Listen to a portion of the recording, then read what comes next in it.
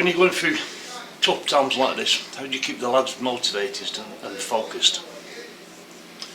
You know, you've got to make sure that you keep telling them the message about, you know, what the values are in Carrington and what we all stand for, and you know, that gets implemented day in, day out. You know, we've got some incredible staff here who work hard, from people who supply the food to you know, the ground staff here, and the maintenance team, the laundry team, you know, so it goes right through the building. You know, wherever you come to Carrington, there's that feel that everyone's working as one, everyone's working together. And you know, I told the players the other day, you know, that again, fighting comes from everyone connected to the football club. You know, you're fighting for them people, you're fighting for the supporters, and we can carry that fight. So you're very lucky in football that you've always got an opportunity to fight for you know, the people that really matter, and the people who the club represent, and that's the supporters, and that's the people who work for the football club and the people of the town. So you know, there's 30 of us, staff and players who can do that day in, day out, and that's what we continually work to do, and just you know, make sure that you work as hard as you can. Who motivates the motivator? I've got good people, you know, since I've been on a football journey for 25 years, as a player, as a coach, as an assistant manager. You know, I've racked up a lot of good friends. I had a call from Brad Friedel the other day, FaceTime me from America, who I met on the pro licence, and you know, I've got some incredible people that I can call on to ask for their support, ask for their help, and you find out in your dark times who's with you. You know, you really do, and it's fantastic that I've met some outstanding people. You know, Craig Shakespeare was on the phone the other day, who was the, you know, assistant manager at England. He's now at Leicester. So then people, they see what your work ethic is. They understand you, and same-minded people, I think, attract same-minded people. You know, I'm very positive in my outlook, you know, to what can be achieved at this football club. I'm very positive to what this group can achieve, and it's when you're in your tough times that you realise, you know, the importance of your family. You know, and I've got an unbelievably strong family. It's from good values. I'm from great stock, and you know, you realise that unconditional support is what gets you through. The staff here as well. You know, Ben Futcher's support, Chris Edgeworth's support, Chris Brassey's support, the academy staff. We're you know, at Carrington, we are a team unit. You know, you see that, God, you come in a couple of times a week over here, and you see that, and you must feel that there's a real energy around here that's infectious, and we've got to turn that now into positive results. Into November now. You called it last week a horrendous month. Can you use the fact that it is another month as a mental tool, use a bit of psychology on the lads? I don't know, psychology. You know, you've just got to make sure that you know, you're always looking to your next game. You're looking to plan for your next game, and you're looking to be positive for your next game. And you know, we've certainly got that opportunity on Saturday to do that.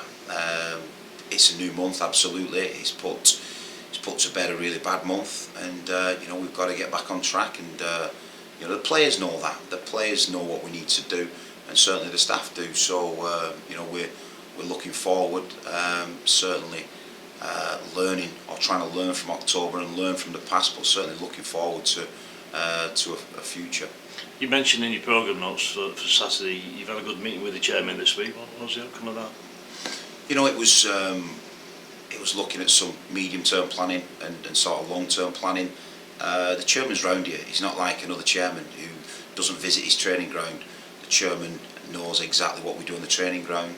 He knows what we do in terms of, you know, rehabilitation, and you know, all our injuries are rehabbed on site.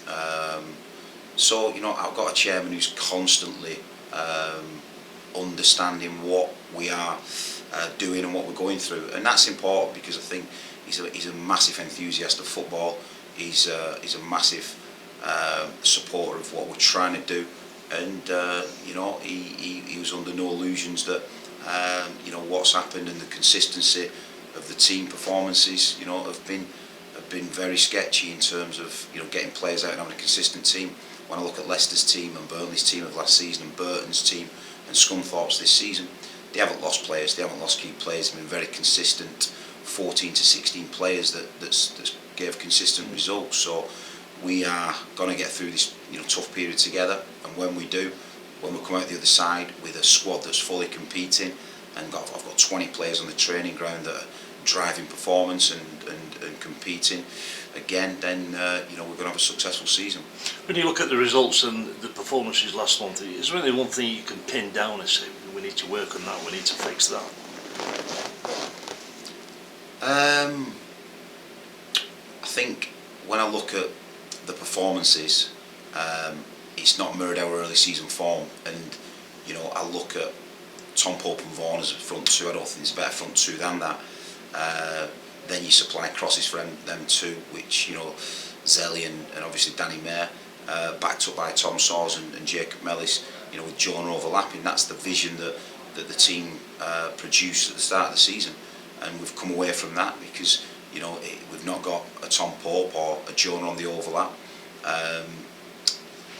and at times I've had to use Saws in different positions. So yeah, I think that we've had to, because we've not had Tom Pope, we've had to look at different scenarios, and then them scenarios haven't worked. So we identified quite early on that Pope might be out 8 weeks, and we moved to get Ishmael Miller in to give us that presence and give Varney a foil.